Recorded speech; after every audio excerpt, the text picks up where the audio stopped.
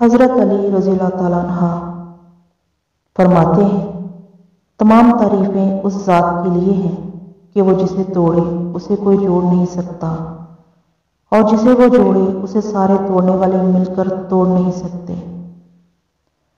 اللہ سے دوستی کے بعد پھر ایک وقت آتا ہے جب آپ کو تنہائی سے ڈر نہیں لگتا، اکیلے رہنا برا نہیں لگتا، آنکھ میں سے لوگوں کی وجہ سے آنسو نہیں گرتے، ہونٹوں پر ہر وقت مسکراہٹ رہتی ہے، ہم سے کوئی بات کرے یا نہ کرے دل مطمئن رہتا ہے۔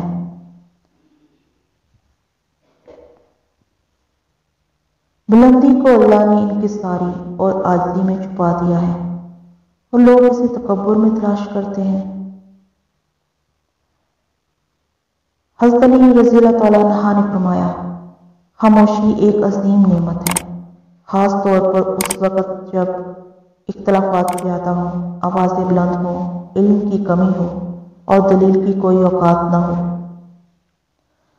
جتنی ذہانت کسی کی بات کا جواب دینے کے لیے ضروری ہے، اس سے کہیں زیادہ ذہانت اس کی بات کو سمجھنے کے لیے ضروری ہے۔ بعض اوقات دعا آپ کی تقدیر نہیں بدلتی، مگر آپ کے دل کو بدل کر اللہ کے ارادوں کے مطابق کر دیتی ہے۔ اگر کن حکم ہے تو فیکون محبت ہے۔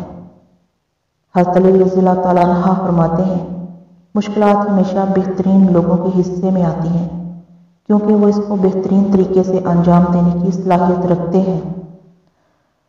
اگر نماز فجر کے لیے بیدار ہونا تمہاری پہلی پلاننگ نہیں ہے تو باقی دن کی پلاننگ کا کوئی معنی نہیں، کیونکہ تمہارے دن کی شروعات ہی ناکامی سے ہوئی۔ صبر اور قدر کسی کے بس کی بات نہیں ہوتی، یہ بس وہی لوگ کر سکتے ہیں جو اعلیٰ ظرف ہوں۔ دنیا میں خوبصورت دل تلاش کرو، خوبصورت چہرے نہیں، کیونکہ خوبصورت چہرے تو بہت ہیں لیکن خوبصورت دل والے لوگ بہت کم ہیں۔ سب سے طویل، پرانی اور مشہور شاہراہ کا نام صراط مستقیم ہے، جس پر چلنا بہت دشوار ہے۔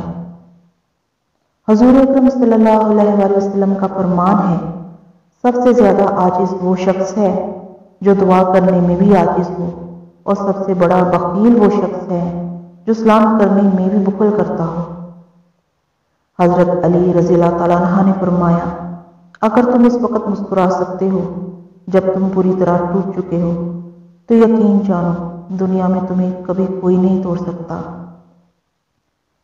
انسان کو جب اللہ سے لینا ہو تو لاکھوں کروڑوں کی چاہت رکھتا ہے، لیکن جب اللہ کی راہ میں دینا ہو تو جیب میں سے سکے ڈھونڈتا ہے۔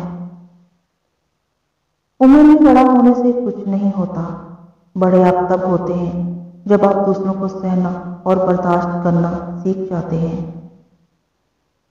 الہی عطا کیجیے ایسا خوف جو نفس کو پاک کر دے، ایسی محبت جو سینہ چاک کر دے، اور ایسی معرفت جو مجھ کو خاک کر دے۔